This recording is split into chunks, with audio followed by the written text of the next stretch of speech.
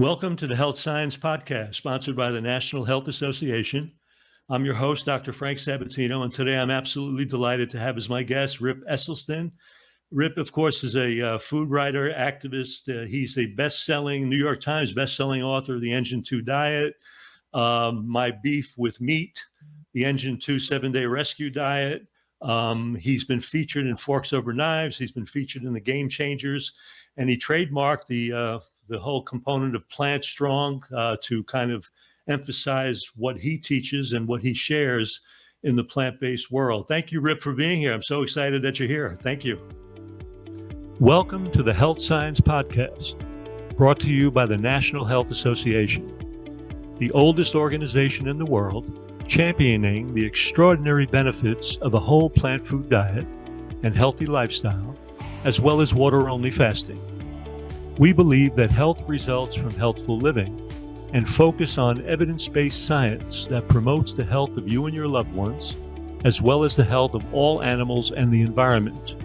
We feature experts from a cross-section of disciplines within the plant nutrition, vegan, psychological, environmental, and animal compassion sectors. I'm your host, Dr. Frank Sabatino, the NHA's Director of Health Education. Yeah, my pleasure. Thanks for having me, Frank. It's wonderful to meet you and to be on your show. Yeah, our paths haven't crossed, but tangentially they have. So many people that we know mutually that have always talked so highly about you. So I want to know, first off, who was the person who loved George Washington Carver that named you Rip? That's what I want to know. Who was in love with George Washington Carver? Your father or your mother? Well, actually, the story isn't. So Washington Irving, right? Correct. Who wrote The Legend of Sleepy Hollow and Rip Van Winkle and all that jazz. So I was born almost 6 months premature. My parents were on a ski trip. They stopped the night at where my father grew up on a farm in upstate New York. And I decided to come out 5.5 weeks early. But the farm, Frank, happens to be in this little town called Claverack, which is right next door to the little town where Washington Irving grew up. And it's right near the Catskill Mountains and where the whole legend of Rip Van Winkle was told. And my grandfather founded a clinic in the area back in 1961 called the Rip Van Winkle Clinic. Okay. And you got the Rip Van Winkle Bridge, the Rip Van Winkle Inn, the Rip Van Winkle Restaurant. Everything's Rip Van Winkle. So it was a no-brainer then, obviously. So that was my nickname. Let me ask you, did you spend any of your childhood in that area? I grew up in New York City, so our go-to place, which is kind of interesting, was 2 hours out of the city. We spent so much time in the Catskills. It was like my magic mountains when I was like a teenager and in my early 20s. So did you have an opportunity to enjoy the magic of that area? It's such a magical place. Those Catskills are amazing. No, they are. They're spectacular. Yes. I mean, we never lived there, but we would go up there for typically 2 to 3 weeks at a time, either in the winter or to go snow skiing or the summer to be on the farm. And we did that every year since, I was 3 years old. And now that my parents own the farm, I typically go up there with my family 3 weeks every summer. Yeah, it's beautiful. I never forget that palette of color that happens in the fall as those trees change all across those mountains. That whole palette of color in the autumn it was just magical for me. And that was one of the places that I always saw it out of the city when we had the opportunity, so it was great. Yeah, no, nothing like fall in that part of the country this time of year. Rip, I noticed that you, in your bio, you talk about the fact that you were pretty much brought up on a standard American diet, but around kind of toward the end of your college years after that, when you were really then starting to compete as a triathlete, was when you kind of started to make that step of shifting into more of a plant-exclusive approach. Can you talk about that journey just a little bit? So, because I know you were a competitive triathlete for like 10 years, and I want to talk about the impact of that lifestyle change on everything, including your performance. Yeah, absolutely, Frank. So I came to the University of Texas at Austin on a swimming scholarship in 1982. And I ate on the athletic training room table with the football players, the basketball players, the golfers, the tennis players. And it was basically the standard American diet on steroids. Literally every meal, it was steak, it was chicken fried steak, it was hamburgers, cheeseburgers, cheese pizza, pepperoni pizza, ice cream, soft serve ice cream, all you can eat, French fries, meatballs. I mean, it was really ridiculous looking back on it, that this is how they were feeding their elite athletes at the time, right? Um, and my father, he started his research at the Cleveland Clinic to show that, as you know, Frank, you can prevent and reverse heart disease by eating a whole food, low fat, plant-based diet. And so I was starting to get a lot of whiffs of what he was doing, the success that he was having. And so as soon as I graduated from the University of Texas in 1986 and I was on my own, I immediately started eating a whole food plant-based diet. And I stayed here in Austin, Texas. I decided that I was not going to go the standard 9 to 5 route and get a regular job. Instead, I was going to parlay my success as an athlete onto a larger stage, which was going to be as a professional triathlete, which is swimming, biking, and running. And I made a really good go at it for almost a decade. And I fueled myself with fruits, vegetables, whole grains, and beans, and obviously some nuts and seeds. And I became one of the top 10 triathletes in the country at the international distance triathlon. I was considered the premier swimmer in the sport for almost a decade. And it allowed me to recover faster. My immune system was like a Canadian moose. I never, ever, if ever got sick. And, I never had to worry about my weight. I was always a lean, mean fighting machine. And I loved everything that this lifestyle and this way of eating, what it afforded me as a top level athlete.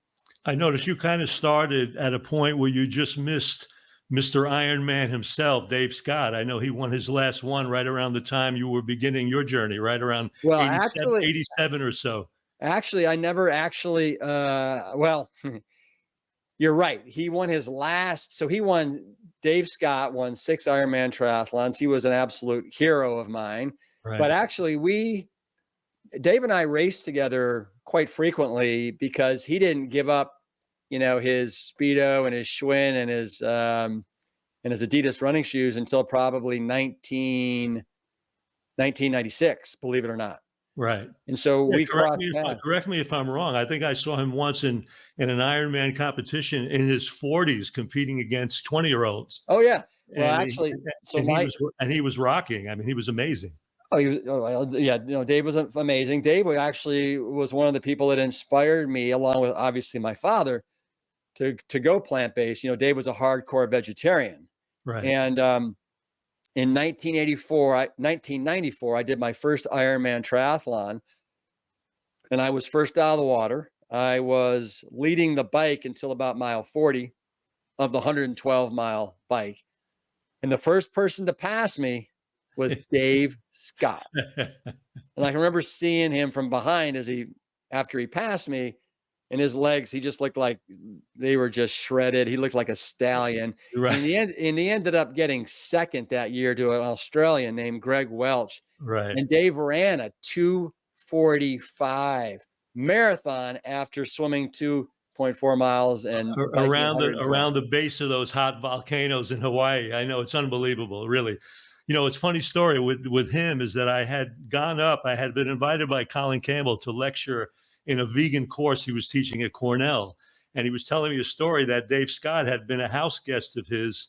And in the morning, he'd get up and warm up by just going out and running a marathon. And I thought that was kind of like, yeah, that sounds like something I can do, right? He would just warm up with his marathon in the morning around the hills of Cornell, So how did you avoid the career path with 3 generations of iconic surgeons and physicians, which is really pretty. A lot of people don't know your great grandfather, George Washington Cryle, was the founder of the Cleveland Clinic, basically.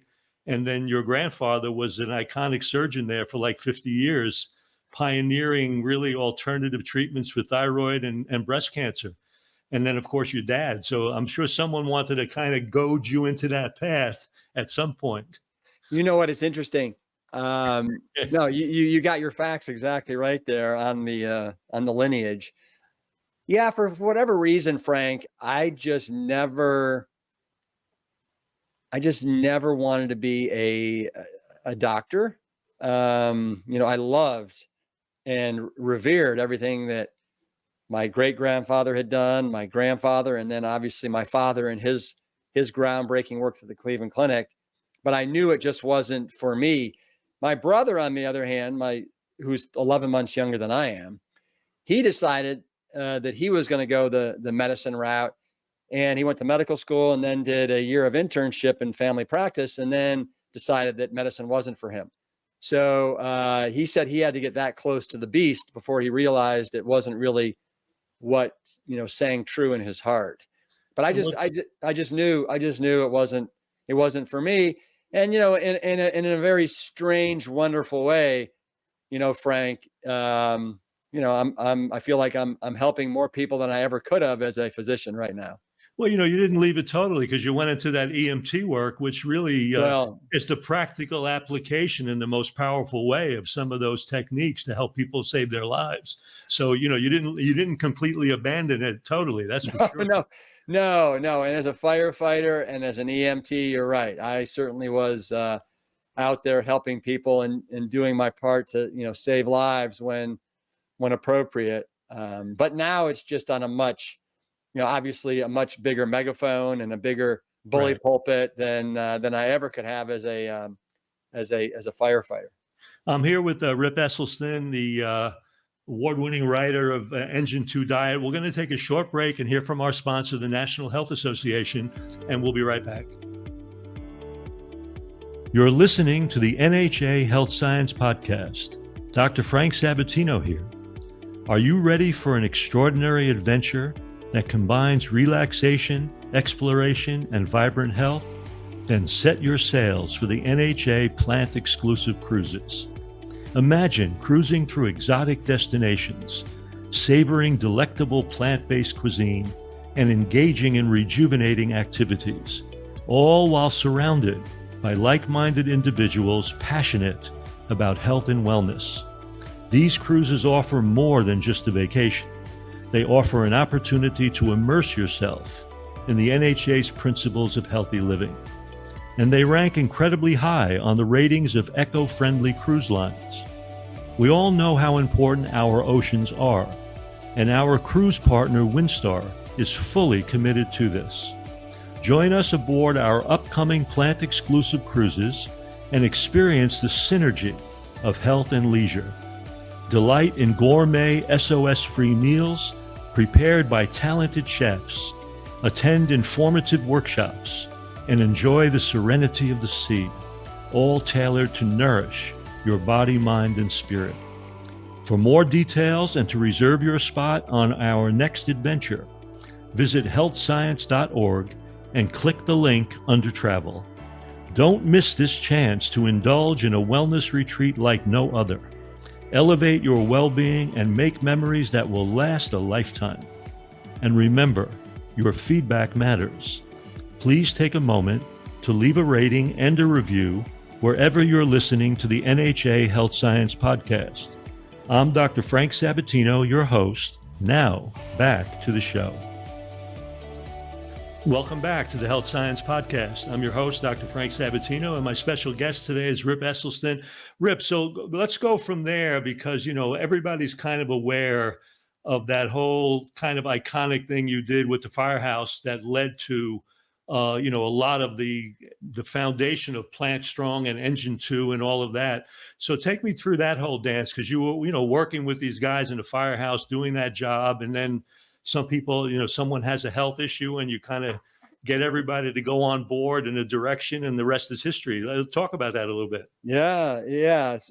Well, it's interesting, Frank, because you cannot think of a more inhospitable place to be a plant-based dude than a fire station in Austin, Texas, the land of beef. And these guys, when I came out to Fire Station 1, which is really the animal house of the Austin Fire Department, we've got about close to 50 fire stations now. Austin is now the 11th largest city in the United States. And I came out to Station 1, which had 2 trucks, an engine, and an EMT unit. So typically at any point in time, there were 18 personnel that were at the station. 18.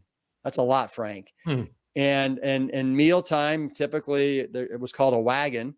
Everybody would, congregate into the kitchen, and typically everybody would eat together, but nothing that they were eating made sense for me with my eating style. And the pressure that I got to eat, the meatloaves and the steaks and the burgers and the cheese pizzas was really phenomenal. It was a good thing that I was an older when I got in. I was 33 when I joined the Austin Fire Department. But I did not relent. I stood by my values to eat this way. And eventually, 5 years after being at Fire Station 1, I moved to Fire Station 2, which is why the book is called The Engine 2 Diet. It was there that I suggested to a fellow firefighting brother that he go plant strong because of a cholesterol that was 344 at the age of 33, with a horrendous family history of men in his family dying before the age of 50 from heart disease. And so he rose to the challenge. In 28 days, his total cholesterol dropped from 344 to 196. He dropped 14 pounds. His acid reflux went away, constipation went away, and all those intangibles, Frank. He slept better, more energy, all that stuff. And we were off to the races. And so that was in 2003. And we became the plant strong station within Austin, Fire Station 2. And whenever one of our guys would promote and go to another station or retire, or if somebody got injured and had to go to light duty, the people that came in, they knew the culture that we had at Fire Station 2 on the C shift. And we had a list this thick of people wanting what we had. They wanted to be healthy. They wanted basically to eat this way, which, was kind of surprising to us. And so this is a tradition that went on until I left, until 2009. So 2003 to 2009, Fire Station 2 on the C shift was hardcore whole food plant-based. That's amazing. When when you were in Firehouse 1 and you had that pressure of everybody around you, just curiously, did you just make your own food? Is that how you did it at that point? Because you weren't buying into what they were eating? Because I know you guys kind of shop together and they try to keep a communal kind of sense. So were you just doing your own shopping and your own cooking and your own thing within the house? How did you do that? I was. Which, in some respects, that it was unfortunate because, the fire department and the guys and the gals you work with, it's like an extended family. Right. And so when you eat, there's, it's another intimate moment to share. But I just could not succumb to that. I let them know, listen, guys, I'm doing this for health. I'm doing this as an athlete. I mean, know that I joined the Austin Fire Department in 1997, and I continued to compete as a world-class triathlete until 2004. Wow. So for seven additional years, I competed on the Xterra triathlons, and, and then I'd occasionally come out of the water first on, ESPN or CBS, as a 37 or 40-year-old, and then that's when those guys would be like, "Yeah, there's my boy Rip, go Rip," And when you were in the Engine 2 situation, and now you help this gentleman that had this really high cholesterol level and heart disease risk, how was that transition for the rest of the house? I'm just curious. how they bought into that and how quickly they bought into that. Because you know how it is sometimes when people are making this kind of transition, there's a period of time, there's downtime, you're holding on to old patterns, old ways of doing things. So, and these guys were relatively conventional guys in many ways. So I'm just curious at how that dance went in terms of their transition and turnover to Plant Strong.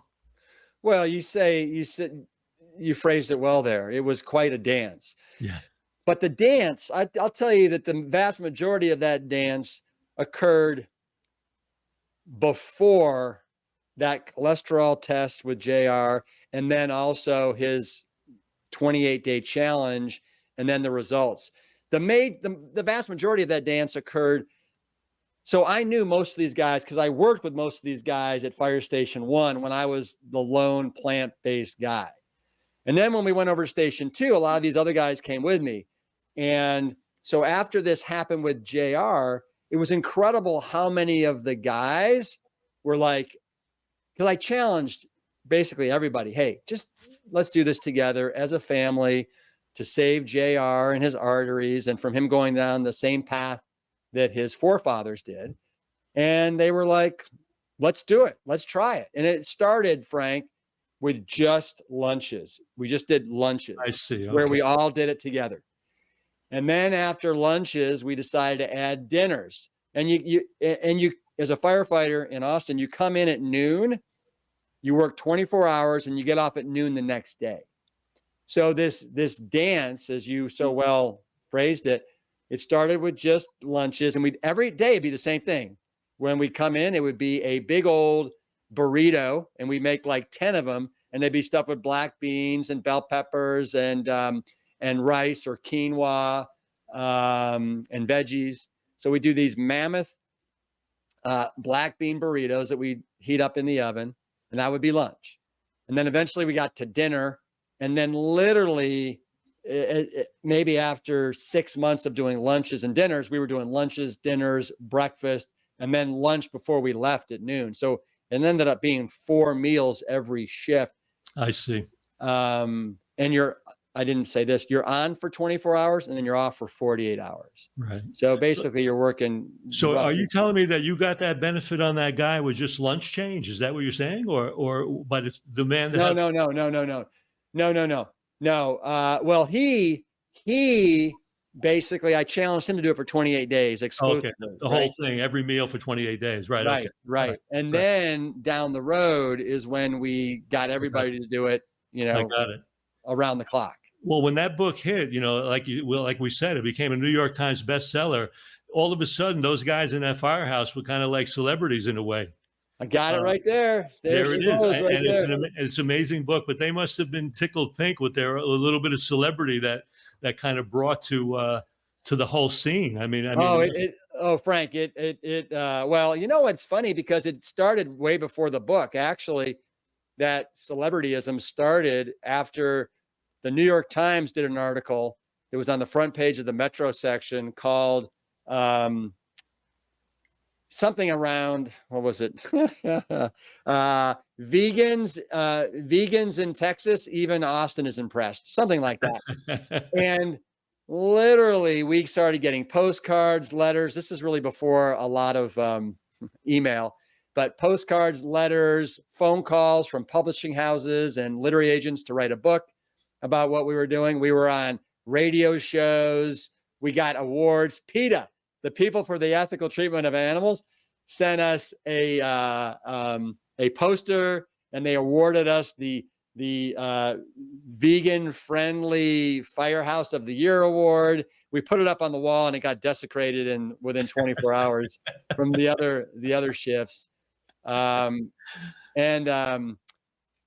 But yes, so by the time, we'd be driving, literally, Frank, we'd be driving the fire engine down the street, and people in cars would be honking their horns saying, "Are you the vegan firefighters?" We had a Subway shop right across the street called Jimmy John's. They named one of their sandwiches the Engine 2. It was cool. Super duper clean, all veggies, guacamole on a whole grain bun. So yeah, we had a good time with it. And then the book hit, and it was just, icing on the cake. And then Forks Over Knives came out. Right. 2 years later in 2011. And you talk about like, the dam breaking open. After that, it got to be so bad, Frank, all the requests for interviews and media, that the upper level management of the Austin Fire Department put a kibosh on any more media Oh, for us. wow. I didn't even think about that. Yeah, I can They see they that. they wanted this thing. Their quote was, "We want to see this ride Squelched. off in the sunset Yeah, tomorrow." squelched. Squelched. Yeah, they Yeah. they were not happy about it. And did in fact that happen? Did it just get completely squelched at that point? After that, oh Yeah. yeah, it basically, I think I was able to get one more act of God, and that was to have the CBS morning show come in and do like a 10-minute, segment on us. And then that was it. After that, it was no more. Yeah. Wow. I'm here with Rip Esselstyn, the author of Engine 2, also My Beef with Meat. Rip, where can people find you? What's the best location if they want to follow up and learn more about you and be able to pick up things that you're sharing with the world? The easiest thing, where we have our whole ecosystem on one platform, we go to planstrong.com. You can see all of our live events, our virtual events, our Wonderful. coaching platform, our meal planner, our food line that's all whole food, plant-based, low fat, minimum salt, sugar, all that stuff. Yeah, plant. And then of course, like you, Frank, I've got a show. It's called the Plant Strong Podcast, and we drop every Thursday a different show, and I interview And people like, they can access that from your URL. Is that how they get there?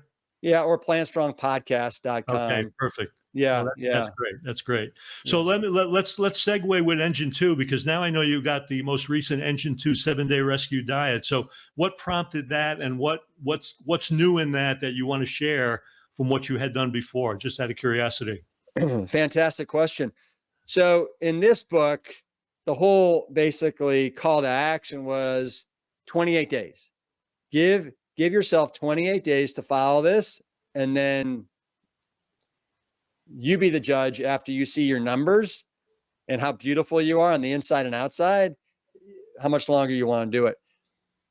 In 2010, I got approached by the CEO of Whole Food Market Stores, John Mackey, to basically retire from firefighting and be a full-time ambassador to promote this lifestyle using the Whole Food Market bully pulpit, be essentially an ambassador, spreading this message of health and hope and happiness.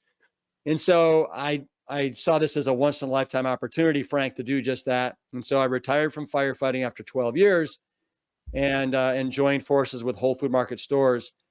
And one of the things that John Mackey wanted to do in his infinite wisdom was to throw these 7-day medical immersion programs where Whole Foods' sickest team members or employees that medically qualified, they would go and hang out with me and my father and my mother and my team for 7 days in an exotic location.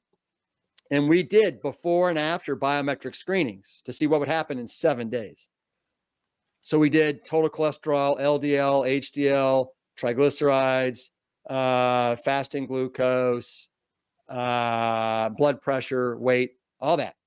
And I literally, going into it, Frank, I was like, yeah, it'll budge a little bit, but I just don't think in 6-7 days it's going to do that much. Boy, howdy, was I ever wrong. It's remarkable. I know, it's a mind blower.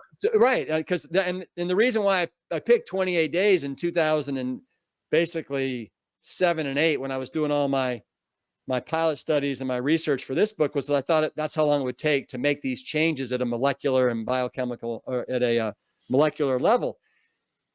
And boy, within 2 groups of 100 people in 2010, after hosting 2 of these and having the data from 200 people, I was like, I can't believe the results we're getting. We're almost getting the exact same results in cholesterol drop, LDL drop, fasting glucose drop, triglycerides that we did in 28 days in the Engine 2 diet. And so, but I didn't decide to kind of write the Engine 2 7-day rescue book until 2015, 16, when I had over 1,500 data points. Mm-hmm. And literally everybody that follows the protocol, and obviously when you're locked in a jail in Sedona, Arizona, or, Black Mountain, North Carolina, and you have no choice but to eat steel cut oats and sweet potatoes and 4 helpings of steamed green leafies every day, Right. you get the results, right? It's just because, people are compliant because they have to be. And that's why I wrote the book, because I wanted people to know, wow, you can do things that you and your doctor never dreamed were possible in just 7 days by following this protocol to the letter. And this is even more hardcore than Engine 2. In the 7-day rescue, Frank, we don't want people doing tofu, tempeh, nuts, seeds. If they're going to do avocados, they got to limit it to half an avocado a day. And we wanted people doing 6 servings, fist-sized servings of some sort of green leafy vegetable a day, along with as much as they can eat of fruits and vegetables and whole grains and legumes. So there are some variations in this book. So all those data points, what were you doing? You were doing these kind of week-long retreats. How often were they happening that you were gathering Twice that a year. Twice a year. year? Okay. And each group would be what size? What size groups would you? Every group was somewhere between 90 to 120 people. Wow. So that was a busy stuff. I've run centers where even 50 to 100 people, and I know how hairy that gets. That had to be pretty busy setup. Well, it was, but you know what? We had our ducks in a row. I had Yeah, medical. I had medical directors that were skilled, like Dr. Clapper, for example, and yeah, basically teaching people and monitoring them and titrating them down off their medications or getting them off right. completely after 2 days or 3 days when they were getting lightheaded and dizzy. And obviously, because this food is medicine, you can't be taking, your medications and eating this way at the same time. Something has to give, right? Right. Right. And then we also aligned ourselves with clinical pathology laboratories, and we would have phlebotomists come in, draw blood on the morning of the 2nd day, so it was all fasting, and then the morning of the 7th day when everyone was leaving. So essentially, Frank, it was actually 6 days. It wasn't 7; it was 6 I got days. it. Yeah, I got it. Well, that's just remarkable. This question always comes up, especially with the groups like the NHA. We know that there are strong data to suggest benefits of even nuts in the diets, but very small amounts because of their calorie density. Sure. So I'm just always curious when you enter a program like that, and I know low-fat approaches, whether you, McDougall, or whatever, those foods are usually left out. But even certainly adding, like you were allowing small amounts of avocado, so there'll be no reason to not allow an ounce of nuts every other day or whatever because of the fibers and everything else that they provide. So what's the rationale of completely eliminating all nut protein and fat when we know there are data that suggest strong correlations with benefits to heart disease and other things? So why don't you just elaborate on that briefly? Because I know the audience is going to want to be, do we need to stop eating nuts completely? And the short answer to that is no. It's no.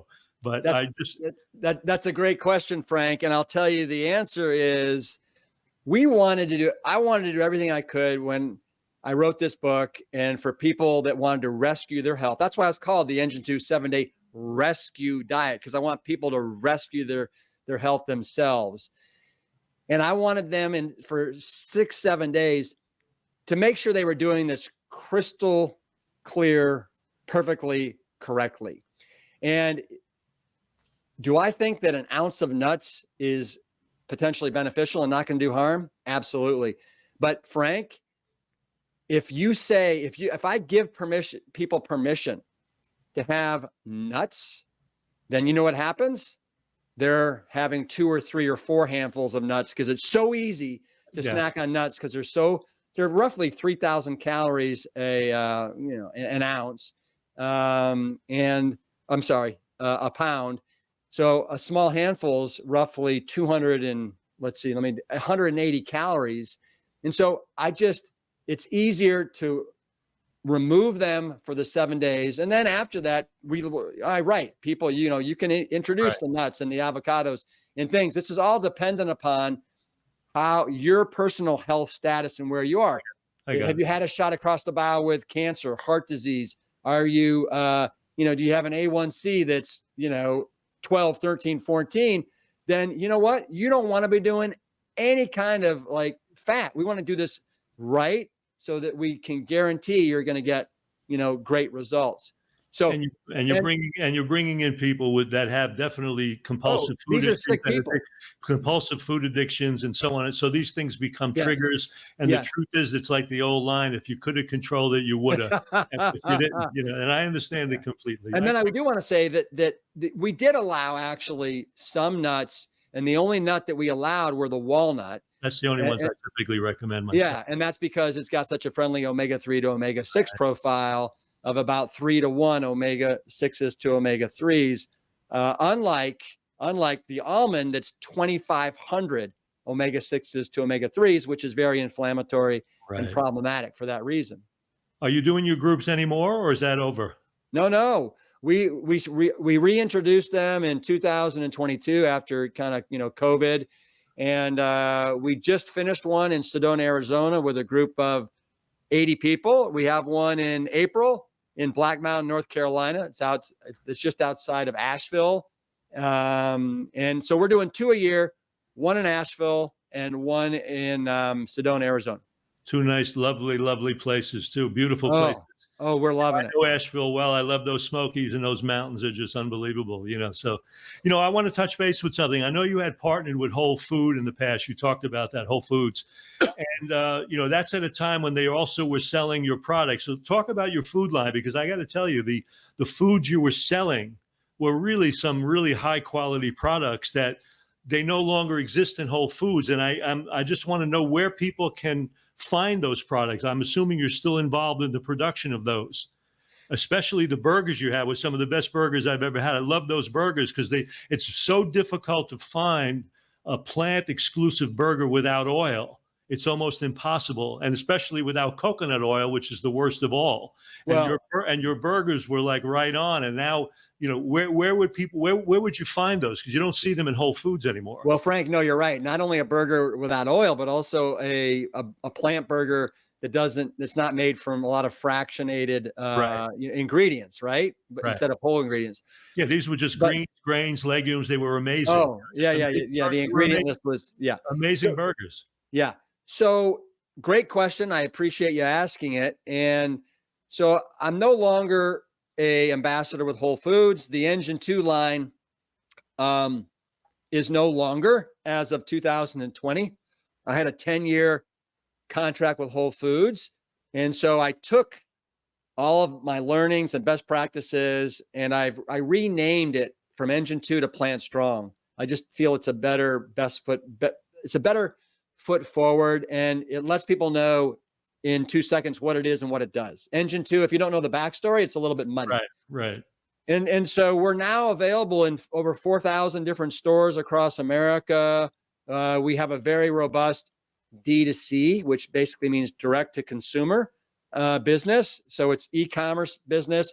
You can just go to plantstrongfoods.com, and then you can look at all of our offerings, everything from salt-free broths, our chilies and stews, our pancake and waffle mixes, our pizza crust kits, our cereals, our granolas, our simmer sauces, our popcorn. We're actually, Frank, you brought up burgers. We're coming out with skillet burgers. You just add water. You make them. You basically, make them into patties yourself.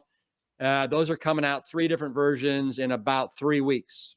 Beautiful. So we got almost 50 different SKUs across 13 categories that are available on our e-commerce site, plantstrongfoods.com. And then at all these stores like Sprouts and Wegmans and Whole Foods Oh, good. and the natural stores. But there we're very strategic, and we only have chilies, stews, and broths. Right now in February, we're going to be introducing 4 different shelf-stable, very, very clean plant-based milks. Oh, beautiful. So that's great. So that's on your horizon. What else is on your horizon? What's your greatest interest in what you're trying to get done and accomplish now? Where are you? What's going on? Well, I can tell you that I've got quite an ecosystem going on right now between our virtual events, our live events, being the CEO of the food line, running as you know, doing a show, a podcast that drops every Thursday is a lot of work. So I wouldn't say it's one thing right now, Frank. I would say it's kind of just the, you got multiple streams. You got multiple streams in what's going on, which is beautiful. Yeah. It's a nice, kind of,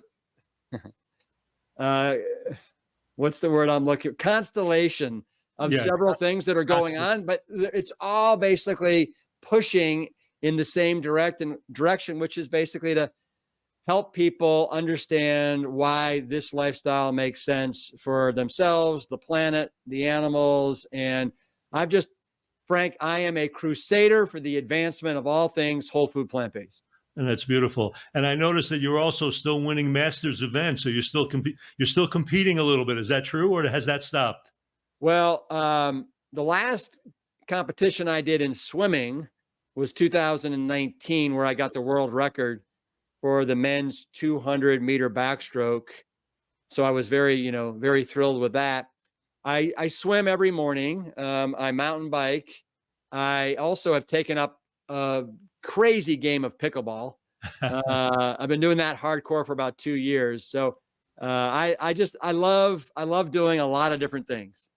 Well, Rip, as we wind this down, is there anything else you'd like to, some final words you'd like to share with the people out here? Yeah,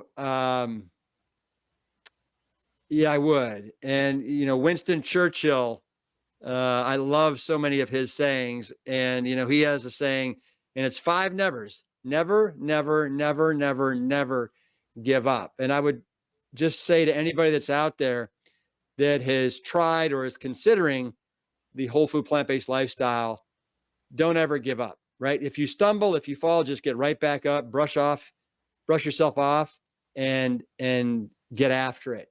And, inappropriate application of the method is no reason for its abandonment. And I find that a lot of people, for whatever reason, they're not doing this right. So continue down this path, figure out what you have to do to get it right, get the support you need, get the help you need. And it is so well worth it. But just never, never, never, never, never give up. And on that note, I really want to thank my special guest, Rip Esselstyn. Thanks for really taking the time to share your information, your story. I mean, it's inspirational and enlightening to so many people out here. And I urge our audience to follow Rip on his site, plantstrong.com. You'll see it running across the screen there, to take part in all the various streams of information and opportunity he's providing for people to stay plant strong and healthy on this path.